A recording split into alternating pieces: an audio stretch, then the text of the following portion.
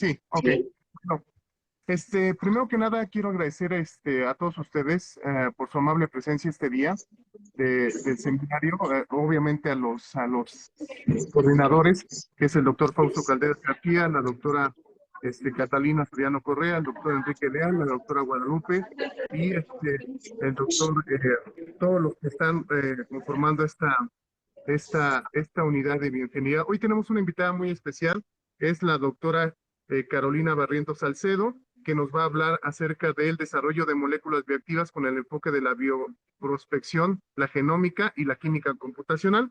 Yo he revisado muchos de los trabajos de la doctora y me parecen extremadamente interesantes. Entonces, quiero agradecer a todos los invitados, a toda la gente que está aquí y pues vamos a escuchar con mucha atención esta plática y bienvenida, doctora Carolina Barrientos Salcedo. Muchas gracias.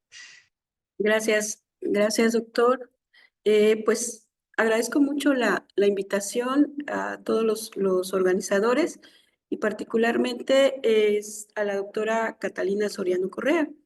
Efectivamente, como comentó el doctor, pues voy a hablarle acerca de esto que ha sido una línea de investigación ya de muchos años. Evidentemente, tomé algunos ejemplos para poder tratar de comunicarles lo que quiero decirles acerca de cómo diseñar o cómo modificar moléculas a partir de moléculas biológicas. Entonces, bueno, vamos a iniciar en este sentido, pues diciendo algo que conocemos todos nosotros acerca de que México, pues, es uno de los países con mayor biodiversidad, es uno de los 5 principales países biodiversos en todo nuestro planeta y pues existe una gran diversidad de ecosistemas.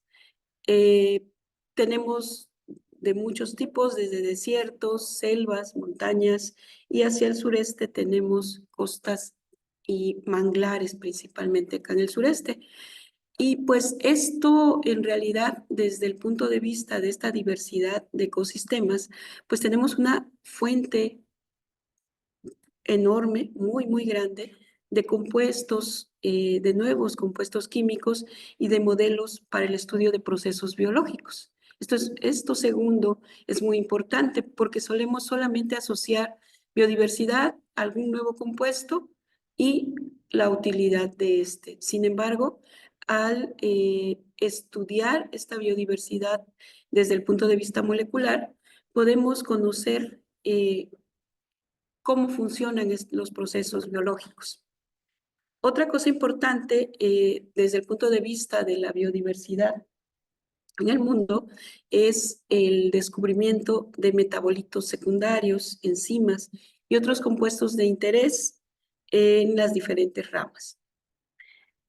Particularmente en el estado de Veracruz, pues es también uno de los estados ricos en plantas y animales, porque tenemos una ubicación geográfica privilegiada que va de manera extensa, abarca gran parte del Golfo de México y tiene mucha influencia tropical y subtropical. Esto genera diferentes ecosistemas, entre los que destacan las selvas tropicales, más hacia el sur del estado, y también algunos bosques hacia el norte del estado y el centro, y la parte de manglares. Esta parte de manglares es muy rica en biodiversidad. Algo también importante es que hay en estas zonas geográficas gran cantidad de microorganismos acuáticos y terrestres que son o que tienen potencial uso biotecnológico. Y bueno, ¿de qué se trata la bioprospección?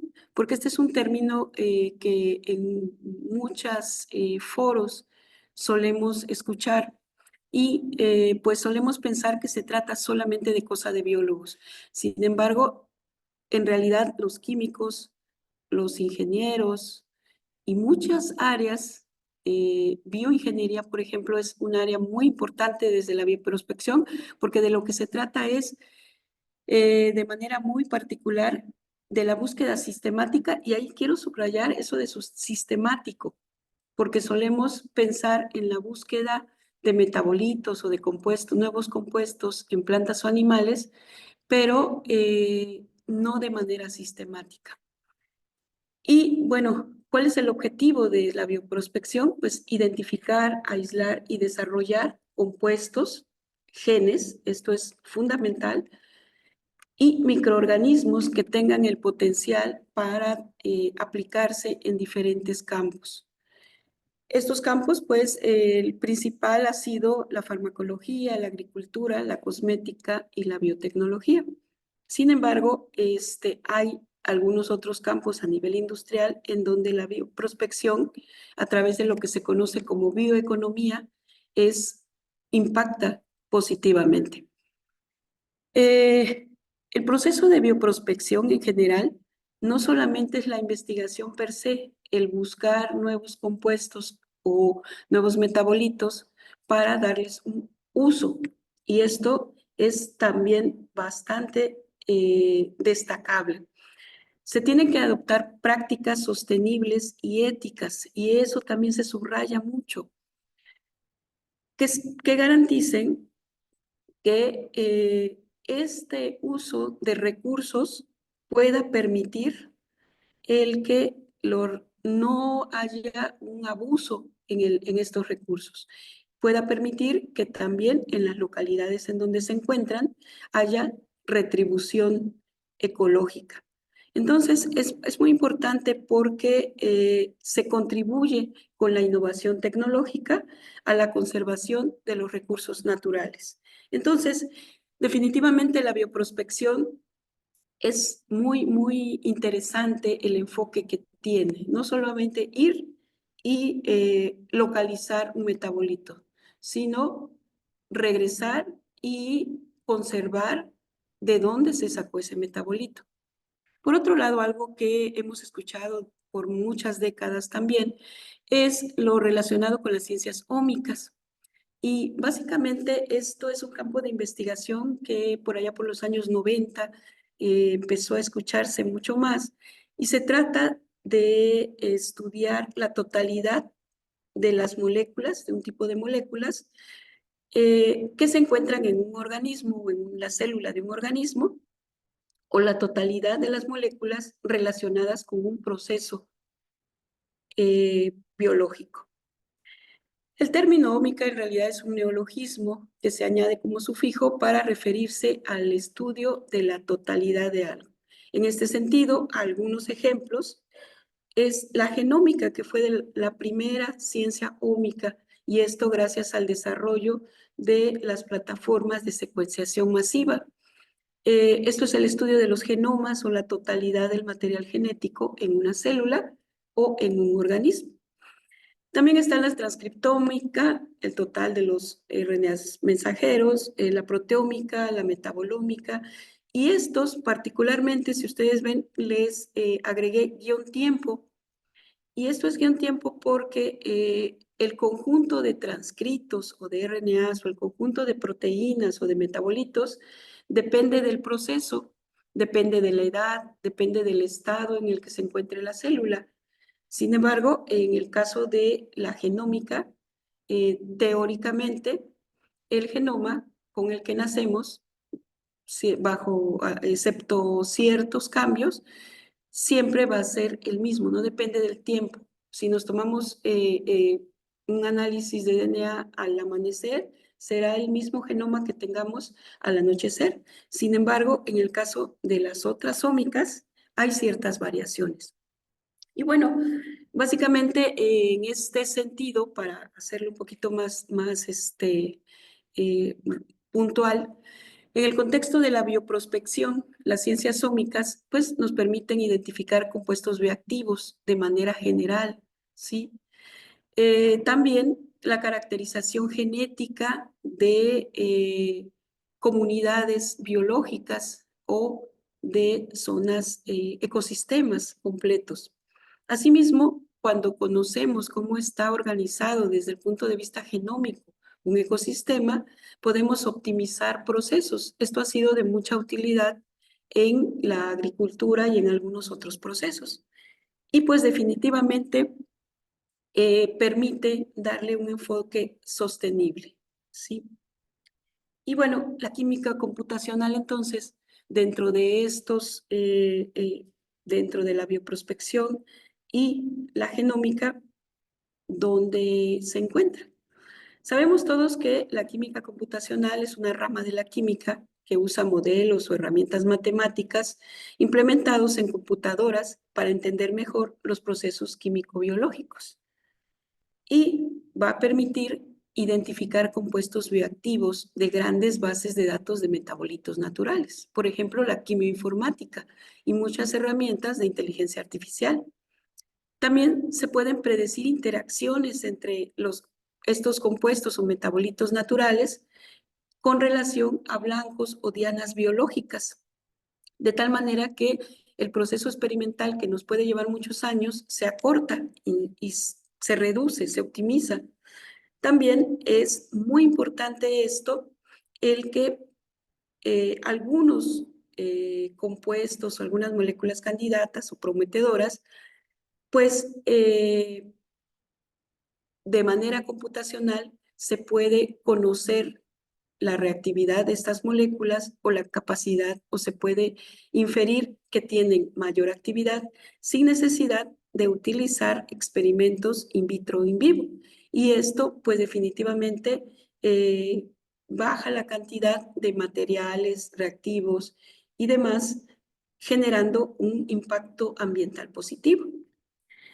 Y pues un ejemplo que seguramente todos conocemos también es si nosotros identificamos metabolitos de plantas o de animales, por ejemplo, en este ejemplo, plantas mexicanas endémicas, podemos buscar o guiar computacionalmente cuáles pueden ser las proteínas blanco o diana y de qué manera se pueden optimizar estos compuestos que originalmente se encuentran en plantas o animales endémicos de México para poder incorporarlo a procesos farmacológicos.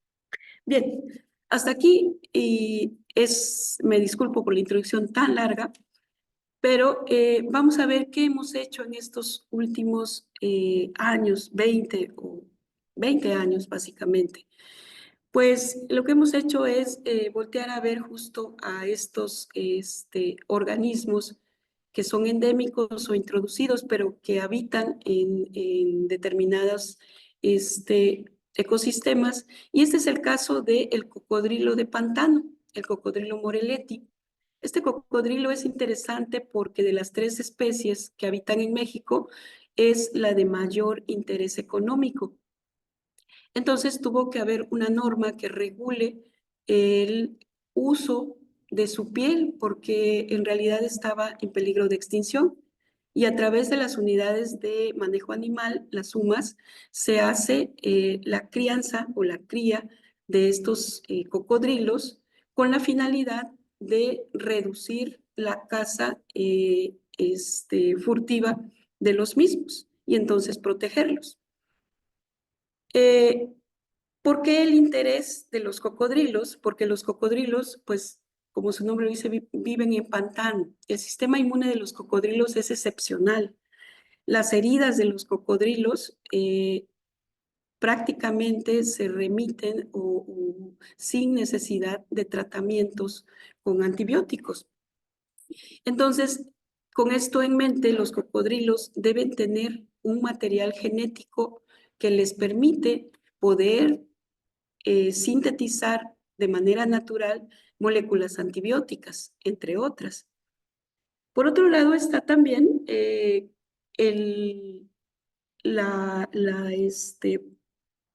el uso, el cultivo de ostiones, Grassostrea virginica. Este cultivo también es un cultivo masivo, dado que es uno de los productos que más se comercializan en todos los restaurantes del estado de Veracruz. Y aquí el asunto es, estos son filtradores y en las zonas, en las lagunas, normalmente suelen ser lagunas cerradas, en donde los pobladores emiten sus descargas de desechos a esas lagunas, y estos organismos filtran todos los microorganismos que les pueden generar algún daño. Entonces, también, como el caso del cocodrilo, debe tener algún sistema, algunos mecanismos, o desde el punto de vista genético, un potencial de formación o síntesis de algunas moléculas antibióticas. En este caso, nosotros nos dimos a la tarea de buscar a partir del genoma de cocodrilo o del tejido de los ostiones, obtener su material genético y identificar en su genoma secuencias que codifican para péptidos potencialmente antimicrobianos. Desde ese punto de vista, nosotros identificamos una serie de péptidos, y una vez que tuvimos identificados esos péptidos, pues esta identificación de péptidos se llevó a cabo directamente también a través del tejido de ambos animales y por técnicas de HPLC acoplada a espectrometría de masas. Entonces, una vez identificadas las secuencias, procedimos a la síntesis de las mismas, esto con la finalidad de conocer si efectivamente se trataba de secuencias biológicamente activas.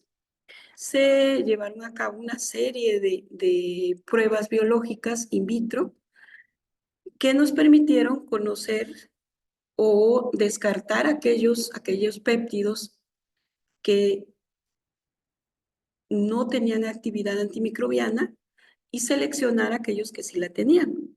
Y aquí es el momento en donde entra la química computacional, porque entonces esas secuencias que previamente sabemos que tienen actividad antimicrobiana, pues podemos optimizarlas, podemos optimizar estos péptidos de origen natural. Y la optimización de estos péptidos posteriormente también se someten a análisis y podemos ir generando nuevos péptidos con fines de, en este caso particular, con fin antibiótico, que ustedes saben que actualmente el problema de la resistencia de los antimicrobianos es un problema bastante grave y que estamos buscando cada vez más nuevas moléculas de origen natural. Entonces, con esto, por ejemplo, partimos del conocimiento de las secuencias de estos organismos que habitan en estos hábitats naturales, identificamos directamente también, no solo en el genoma, sino directamente en los tejidos, la presencia de algunos péptidos, y llegamos a nuevos péptidos modificados, optimizando sobre todo toxicidad para evitar toxicidad en células sanas o en tejidos adyacentes, y también optimizando concentraciones. Después está el capítulo, este gran capítulo de las moléculas antichagásicas. Este capítulo es grande y es largo, pero lo que les voy a comentar aquí involucra trabajo que se ha hecho desde el punto de vista de muestras clínicas humanas, muestras de mascotas, y actualmente cómo lo hemos optimizado la identificación de moléculas de algunas plantas, como Solanum rostrarum, que se llama mala mujer, que son consideradas plantas tóxicas y que son consideradas plantas que normalmente en donde habitan suelen generar problemas.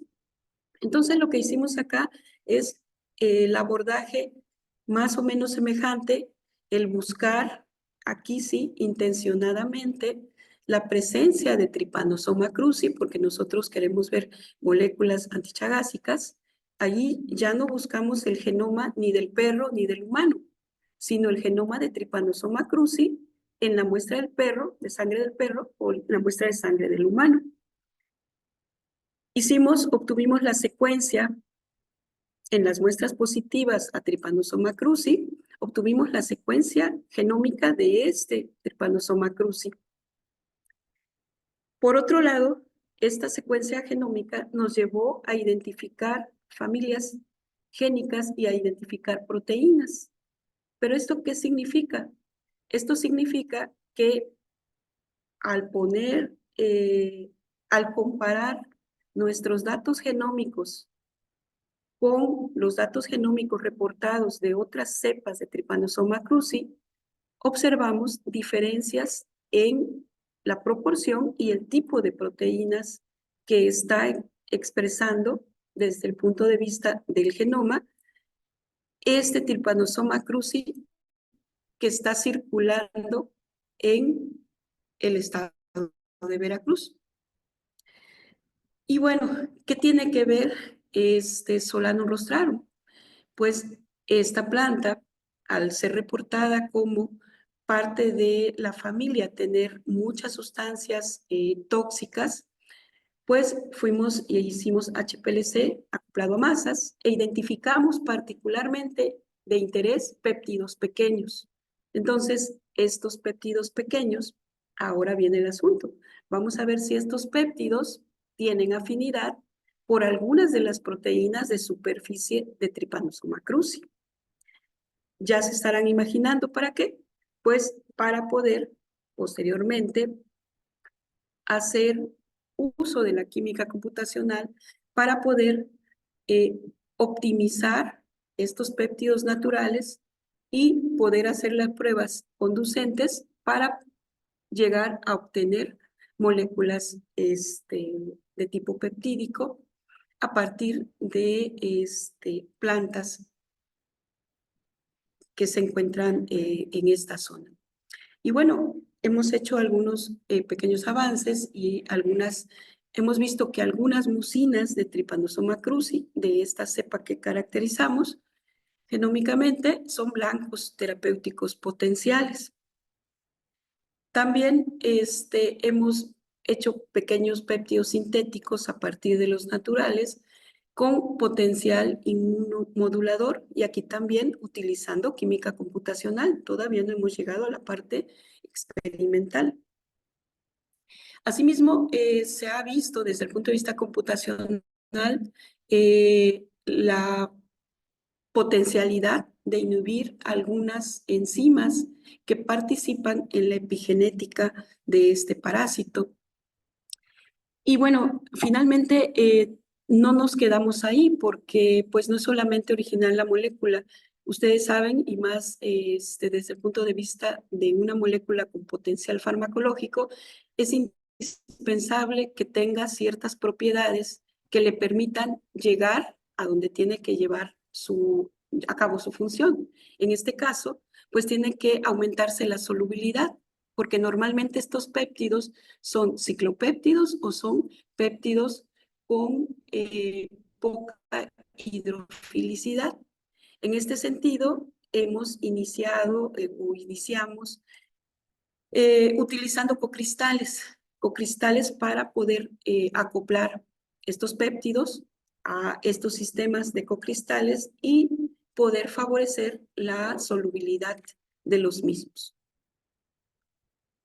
Y bueno, hasta aquí, pues es lo que quiero presentarles el día de hoy, pero si es que no les aburrí y me tienen a bien volverme a invitar algún día más, algo que hemos estado, que tenemos iniciando es lo relacionado con bioingeniería de tejidos. Y esto, de manera muy breve, les comento que en el caso de muchos crustáceos de utilidad alimentaria, pues son desechados. Algunos de estos son utilizados para alimentos de animales, pero otros generan contaminación en ríos o en varias zonas. Pero son una fuente indispensable de algunos productos químicos o algunas sustancias como el quitosano, que ustedes saben que también se han utilizado ampliamente y se ha modificado para uso en diferentes áreas, en farmacéutica, en cosmética, etcétera. Pero particularmente se ha utilizado también en la bioingeniería de tejidos, ¿sí? Utilizando los ensambles o scaffolds para poder, a partir de pequeñas membranas, generar nuevos tejidos. Entonces, en ese sentido, esto es, digamos, las nuevas líneas, las líneas emergentes, en donde probablemente sus líneas de investigación sean, pues podamos tener algún tipo de colaboración debido a que todo este tipo de biomembranas tienen que ser caracterizadas estructuralmente y además tienen que ser también caracterizadas biofísicamente. Tiene que caracterizarse pues algunos parámetros como la fuerza, la tensión, etcétera, que pues esto en realidad se sale de todo pues la infraestructura y el conocimiento que yo tengo para poderlo llevar a cabo. Entonces, esto espero que pueda ser alguna línea de conversión y que alguno de ustedes pues podamos poder llegar a realizar algún trabajo. Y bueno, agradecer definitivamente, pues colaboramos muchas personas, pero particularmente pues a la doctora Catalina Soriano, al doctor José Armando Lozado, de aquí de la UB, al doctor Carlos Martín Cerda García, que él está en el Departamento de Química de la UNAM, del CIMESTAP, perdón, así como a algunos laboratorios diagnósticos y algunos compañeros de la universidad que nos han apoyado. Y bueno, somos muchísimas personas, son muchísimas personas a lo largo de estos años, que no solamente desde el laboratorio, sino también en el campo, en las colectas, en el trabajo con las comunidades y las personas, y por supuesto en la gestión y en los conocimientos y en todos estos puntos importantes, pues hemos colaborado. Aquí quiero, si me permiten, algunos de nosotros, pues ya no estamos por acá. Es el caso del doctor Diego Arenas, el caso del doctor Arturo Díaz Azuara y el caso del químico David Rivera. Entonces, es importante que nosotros sigamos trabajando y sobre todo que sigamos trabajando, pues tratando de hacer redes de colaboración. Gracias a todos por su atención. Primero que nada, muchísimas felicidades, doctora. Realmente muy interesante su plática y estamos abiertas a las preguntas, ya sea por el chat, ya sea levantando la mano virtualmente. Y bueno, nada más comentarle que nosotros tuve la oportunidad de estar en la Universidad de McGill y están haciendo bioingeniería del tejido con colágeno. Entonces está muy interesante lo que ustedes están trabajando y nosotros estamos en esa vertiente. Tiene levantada la mano la profesora Catalina Soriano Correa. Adelante, doctora. Bienvenida. Buenas tardes. Sí, muchas gracias. Gracias, doctora, por tu presentación. Y yo nada más quisiera así rápidamente comentarte, pedirte, tú que eres experta en el tema de Chagas, porque si bien algunos aquí ya han visto algunas presentaciones previas, pero este es un foro mayormente de ingeniería, a lo mejor si en unos 2 o 3 minutos nos pudieras decir de manera general de qué se trata esta enfermedad para los que en algún momento no la hayan escuchado. Por favor, gracias. Claro, con todo gusto y una disculpa por no, por obviar esta situación. Sí, la enfermedad de Chagas es una enfermedad parasitaria. Básicamente es causada por un parásito que constituye una sola célula unicelular. Hemoparásito es un parásito que vive en la sangre, pero que también se puede alojar en los tejidos. Este parásito es transmitido por un vector de los famosas conocidas como chinches, un tipo particular de chinche, algunas especies. Varias de esas especies viven en nuestro país en varios de los estados de nuestro país. Y entonces, a través de las heces de esa chinche, puede ingresar el parásito cuando nosotros nos rascamos, ¿sí? Puede generarse una lesión y puede ingresar el parásito. Ese parásito, cuando ingresa, pues puede ser identificado, pero normalmente no ocurre así, puesto que el sitio de inoculación puede ser parecido a cuando tenemos alguna picadura de algún otro insecto. Entonces, cuando el sitio de inoculación es, por ejemplo, en la cara, se manifiesta más ampliamente, pero cuando es en otra parte de la piel, normalmente no se le pone tanta atención. Entonces, esto conduce a que se establezca la infección, y algo que tiene esta enfermedad es que pueden pasar muchos años. Se llama hasta 20 años. Y si no se hace el diagnóstico a tiempo, entonces puede venir un deterioro de tejidos, particularmente tejidos cardíacos, que es ahí donde se aloja, y tejidos del sistema digestivo. Normalmente, ¿cómo sabemos que estamos infectados con el tripanosoma? Cuando vamos a donar sangre. Porque si no tenemos algún signo o síntoma, es hasta cuando vamos a donar que en los bancos de sangre identifican la presencia de ese parásito por medios serológicos. Este es el caso, por ejemplo, que ocurrió en Alemania. En Alemania hubo donantes latinoamericanos, latinos, porque es endémico de América, y allí en los bancos de sangre se identificó la presencia de Trypanosoma cruzi. Entonces, básicamente esta enfermedad es una enfermedad de las llamadas tropicales desatendidas, pero también de las llamadas silenciosas, debido a que es hasta que ya se ha establecido el daño cardíaco o el daño en sistema digestivo que se puede atender.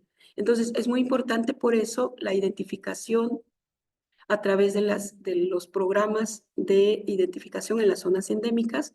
Primero, de las embarazadas, hay un programa debido a ello, porque hay enfermedad de Chagas al nacimiento.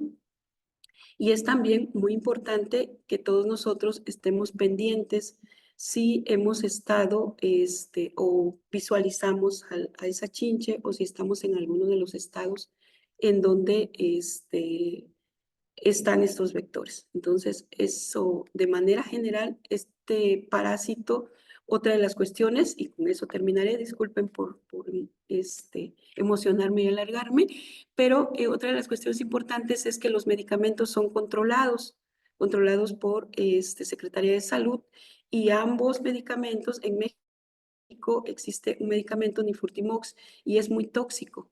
Entonces, es bien importante que se desarrollen pruebas diagnósticas y que se desarrollen también nuevas moléculas con la finalidad de tripanocidas, o con la finalidad de poder acabar con este Trypanosoma cruzi. Gracias.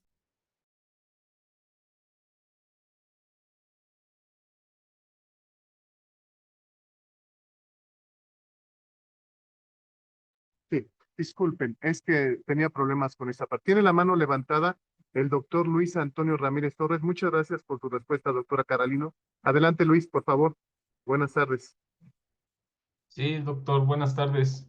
Gracias por su presentación, doctora Carolina, muy interesante. Específicamente, bueno, yo estoy familiarizado con cuestiones computacionales y siempre me ha sorprendido la capacidad de cómputo que requiere, por ejemplo, simular moléculas, simular diferentes tipos de moléculas. Y mi primera pregunta es esa, doctora Carolina. No sé si nos podría comentar así a muy grandes rasgos la capacidad de cómputo que ustedes requieren para simular todas estas moléculas y sus variantes. Gracias, doctora. Claro, sí, definitivamente se requiere de supercómputo, pero dentro de la química computacional cuando se hace uso de bases de datos, ¿sí? Cuando de bases de datos químicas, toda esta tradicional química combinatoria o quimioinformática o todos, pues en realidad el cómputo sí se requiere de cómputo de alto rendimiento, pero en realidad cuando lo trasladamos esto a ya no bases de datos, sino a visualizar a nivel tridimensional, pues requerimos mayor cómputo. Cuando nos quedamos con el uso de métodos de química computacional que se llaman modelado molecular, esto es acoplamiento molecular, por ejemplo, también el cómputo pues incluso es más robusto. Podemos utilizar una computadora personal incluso. Cuando lo escalamos, este mismo modelado molecular, lo escalamos a dinámica molecular, entonces como involucra el movimiento de todos los átomos, pero no solo de una molécula, sino de más de una molécula, entonces allí sí se requiere de supercómputo, porque vamos a ver, además de interacciones, que es lo que ve el acoplamiento, pues cómo se está moviendo o cómo estas interacciones se están modificando en el tiempo. Entonces, allí se requiere de equipo de supercómputo. Y cuando nos vamos a la química computacional desde el punto de vista de la estructura electrónica, definitivamente requerimos supercómputo. Sí. Qué interesante. Sí, por un lado juegan con bases de datos, con informática, ¿verdad? De trabajos que ya se han hecho anteriormente, y luego sí requieren de cómputo bruto para las interacciones, como bien mencionaba, ¿verdad? Qué interesante. Y por ejemplo, los diagramas de las moléculas, de los péptidos que nos mostraba hace un momento, ¿es el potencial electrostático de la molécula lo que visualizan? ¿O bien qué tipo de interacciones? Perdón si la pregunta es demasiado específica, pero bueno, esta parte a mí me parece súper interesantísima. De hecho, ha habido diferentes seminarios anteriores donde han hablado acerca de este tipo de cosas y a mí siempre me ha fascinado esta parte. Gracias, Sí, doctora. claro, sí. Sí, claro. El potencial electrostático es uno de los parámetros que se toman en consideración. Otras fundamentales también son las interacciones de tipo puentes o enlaces de hidrógeno. También, dependiendo de las moléculas que se trate, hay interacciones, pues no solo electrostáticas, sino también interacciones hidrofóbicas, por ejemplo, de diferentes tipos de interacciones, porque cuando incorporamos lípidos o incorporamos azúcares y no solamente trabajamos proteínas, entonces allí es importante considerar otro tipo de interacciones, porque allí entran en juego interacciones glicosídicas que se basan en estructura, etcétera. No sé si es por ahí su pregunta. Sí, sí, definitivamente esa era mi pregunta, porque hay zonas de la molécula donde hay mayor potencial, menor potencial, Ujú. donde se forman puentes de hidrógeno o interacciones tipo Van der Waals. Sí, muchas gracias, doctora. Interesantísima esta investigación. Y ya por último, para dejar a mis compañeros hacer preguntas, finalmente la propiedad que tiene la sangre, el cocodrilo, de esta propiedad tan anormal que tiene como antifungicida, es fungicida, bactericida, etcétera, ¿se debe a algunos grupos funcionales en específico o bien su composición tan variada de la sangre, tan compleja, hace que actúen como una especie de sinergismo que hace que genera estas propiedades antimicrobianas? Y ya sería mi última pregunta, doctora. Muchas gracias. Claro, no, gracias a usted y excelente pregunta. En realidad, la composición, y fíjese que acaba de decir algo bien interesante porque eh, siempre vemos la sangre con más o menos una misma densidad, en muchos casos de un mismo color, roja, en muchos casos. y pensamos que tiene la misma composición, sin embargo, varía ampliamente la composición meramente química. Hay algunos, por ejemplo, la sangre de los perros tiene más grasa que no, la nuestra. En el caso particular de la sangre de cocodrilos, la densidad es diferente y los cocodrilos, como todos los reptiles, tienen una propiedad de que tienen células nucleadas que nosotros no tenemos núcleo, como son los eritrocitos. Pero en realidad esa propiedad antimicrobiana, que puede ser antifúngica o antibacteriana, esa propiedad antimicrobiana, en este caso particular, se la confieren unas pequeñas proteínas, o sea, péptidos. Son péptidos antimicrobianos, que nosotros lo tenemos, también las plantas. Hay de diferentes tipos. Nosotros, por ejemplo, en los ojos tenemos defensinas que impiden que al entrar en contacto con microorganismos podamos infectarnos. Entonces, realmente lo que contiene la sangre y lo que contienen varios fluidos, en particular de cocodrilos, pero de varios animales, por ejemplo, en el caso de los sapos o de los ranas, es la piel, tienen allí un exudado de la piel. Allí hay péptidos antimicrobianos, o sea, son moléculas de tipo proteico las que participan en esta defensa. Sí, espero que le haya respondido Sí, su pregunta. por supuesto, le agradezco mucho. Qué interesante investigación, la felicito. Mucho éxito, doctora. Gracias. Gracias, doctor. Muchísimas gracias, de veras que qué plática tan sabrosa estamos teniendo. A ver, por favor, Pedro Labias, por favor. Claro Adelante, que sí, muchas maestro. gracias. Claro que sí, buenas tardes a todas y todos. Antes que nada, felicitar a la doctora Carolina por su exposición. Me parece justamente importante llevar a cabo la aplicación, no solamente la separación, identificación en este caso, los péptidos y demás, sino también justamente la aplicación, ¿no? En este caso, en cuestiones de salud.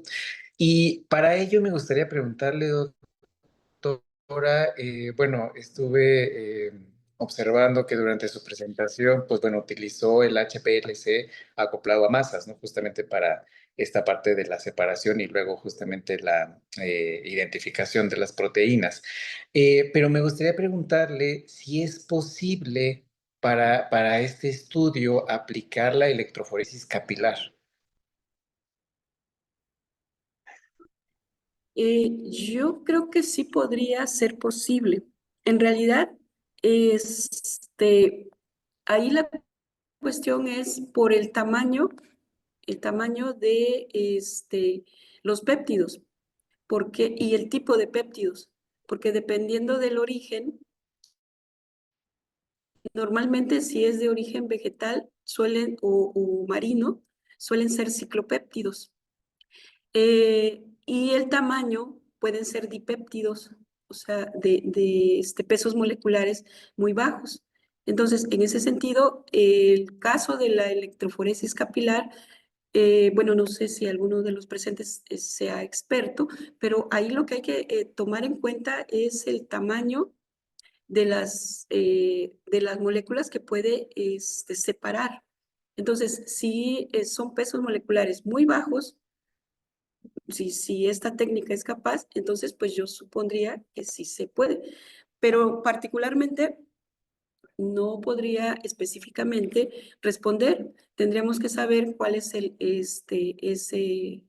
digamos, el límite de separación de esta técnica. Vale, ok, muchas gracias, doctora. Felicidades nuevamente por su investigación. Gracias a usted, gracias. Sí, muchísimas gracias por pues sí, por todo lo que fue la plática y por todas las preguntas. Tiene levantada, la mano la doctora Catalina Soriano Correa. Adelante, doctora. Sí, Buenos bueno, días. bueno, sí, exactamente. Aprovechando en lo que se animan tenemos tiempo todavía para algunas preguntas. A mí me gustaría mucho justamente de lo que comentaba, doctora, con respecto a los péptidos antimicrobianos, sobre todo en la última década que han tenido mucho impacto.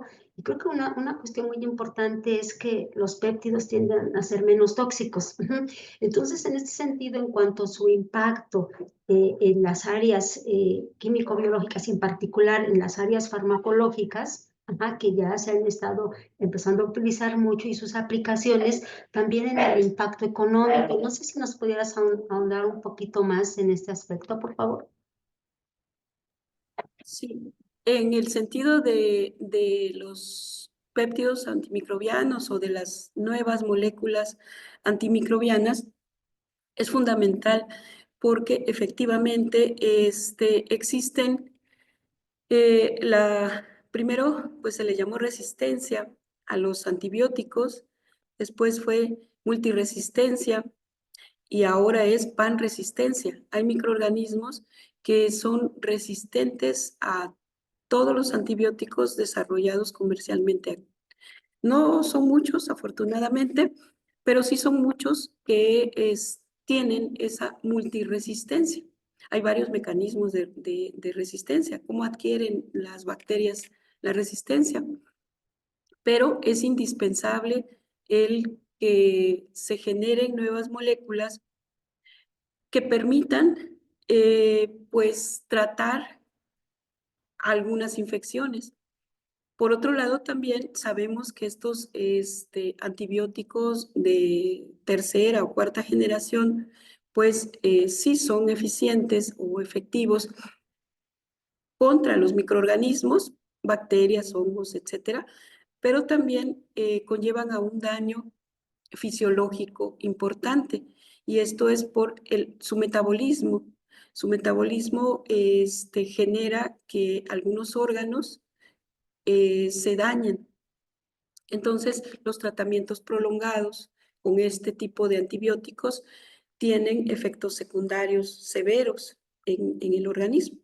Y esto no nada más es aplicado a la salud humana, sino también está en la salud animal y en la salud ambiental, porque tenemos un problema bastante grave que hemos identificado bacterias resistentes en muestras de agua de mar, en ríos y en el suelo. Y hemos identificado que, por ejemplo, en el caso de la ganadería, mucho de la resistencia se adquiere a través de los bebederos o los comederos de los animales, porque allí hay desechos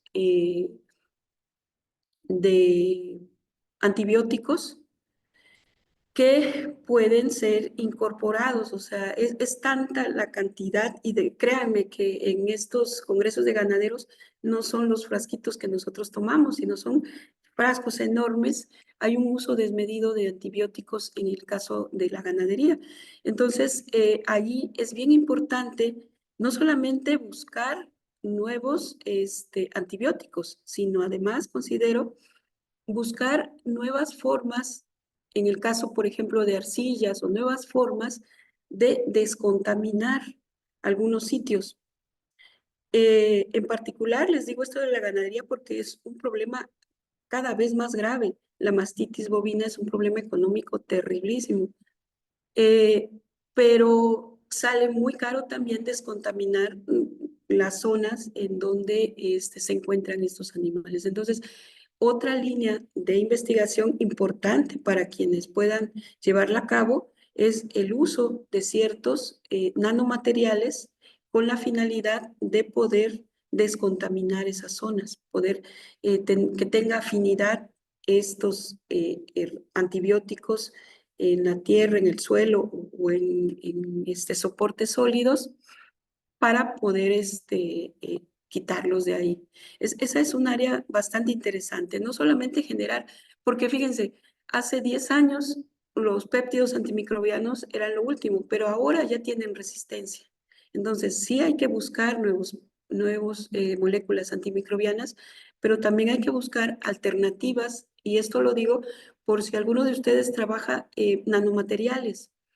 Esa área es bien interesante llevarla también al área biomédica o al área de la salud ambiental, en este concepto de One Health. Entonces, pues es realmente un problema grave el de la resistencia a los antimicrobianos.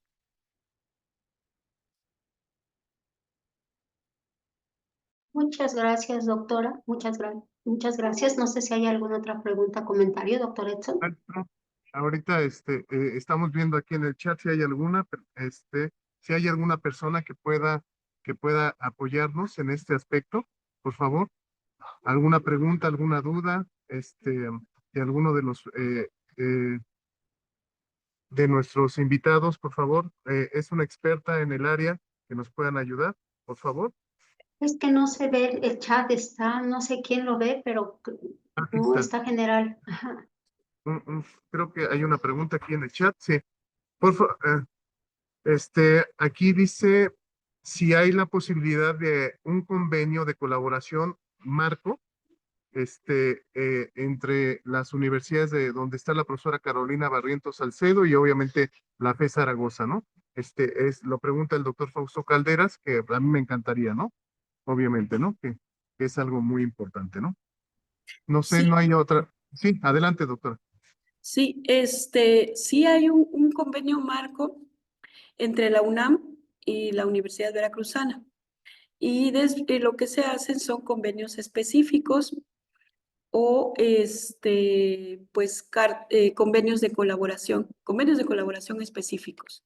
Estos convenios de colaboración se pueden hacer entre investigadores o entre dependencias, pero es más fácil porque ya hay ese convenio marco con la UNAM.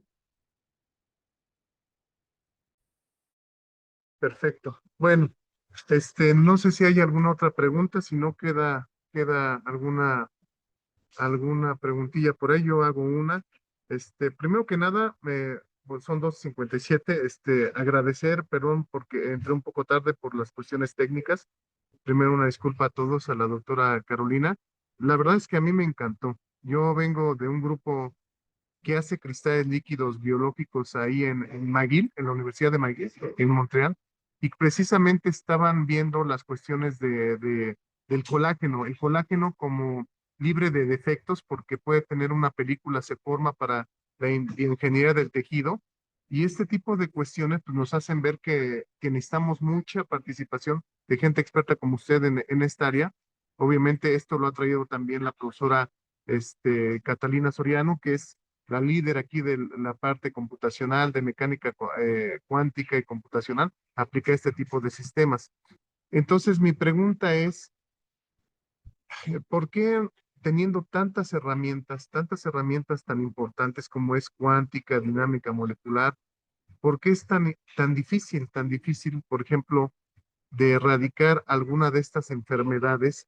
Sale un nuevo virus y toda la ciencia se centra en crear una vacuna o una molécula que nos pueda ayudar o que nos pueda dar ciertos patrones, ciertas direcciones. Entonces, mi pregunta es, por qué es tan difícil, doctora, en su expertise? ¿Por qué es tan complicado a veces, digamos, este tipo de cuestiones? Ya sé que hay muchas, pero ¿cuál sería la parte fina que usted considera que es la más difícil de implementar, ya sea al nivel de laboratorio, de cómputo, por favor, algún comentario? Yo sé que es abierta la pregunta. Adelante.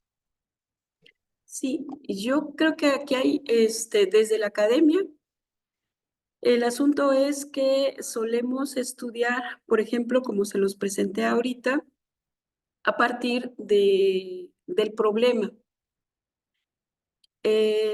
pero no tomamos en consideración la parte, lo que sigue para resolver ese problema, que es la parte económica, la parte del desarrollo tecnológico.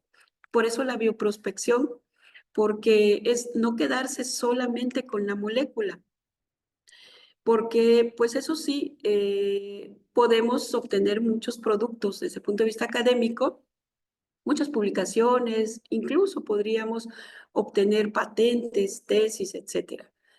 Pero creo que en la academia nos hemos concentrado en eso, en generar moléculas, pero no le damos continuidad o no buscamos la forma de tener convenios con quienes desarrollan esas moléculas, que son las farmacéuticas, en el caso de la salud, o la empresa que se trate. Entonces, por eso es importante justo esa multidisciplinariedad, porque no basta con tener una molécula que sea biológicamente activa, sino es importante la caracterización química y fisicoquímica para saber si es una molécula potencialmente escalable a nivel industrial. Es una molécula estable, es una molécula que se pueda sintetizar de manera también pues sin tanta complicación. Entonces, esa escalabilidad creo que es esa parte entre la academia y el desarrollo es lo que nos ha faltado en muchos de los casos. Por otro lado, pues bueno, he sabido, y ahí no voy a meterme en mucha controversia, pero he sabido que también hay intereses económicos por parte de las industrias y las empresas que corresponden. Entonces, pero desde lo que nosotros nos compete es, creo, buscar precisamente no darlo nosotros, porque nosotros continuamos en la academia, estamos en la parte preclínica, pero sí al menos los convenios necesarios y acercarnos a través de nuestras dependencias, de nuestras instituciones, para dar continuidad al desarrollo, o sea, llegar a la comercialización, que normalmente eso no lo hacemos. Nos quedamos en esto, le repito, pero no llegamos a la comercialización. Entonces, es importante esa visión que en México cada vez se tiene más, pero esa visión de que el académico, el investigador, tenga esa visión empresarial. Y no lo hablo desde el punto de vista de hacernos ricos o millonarios, ¿no?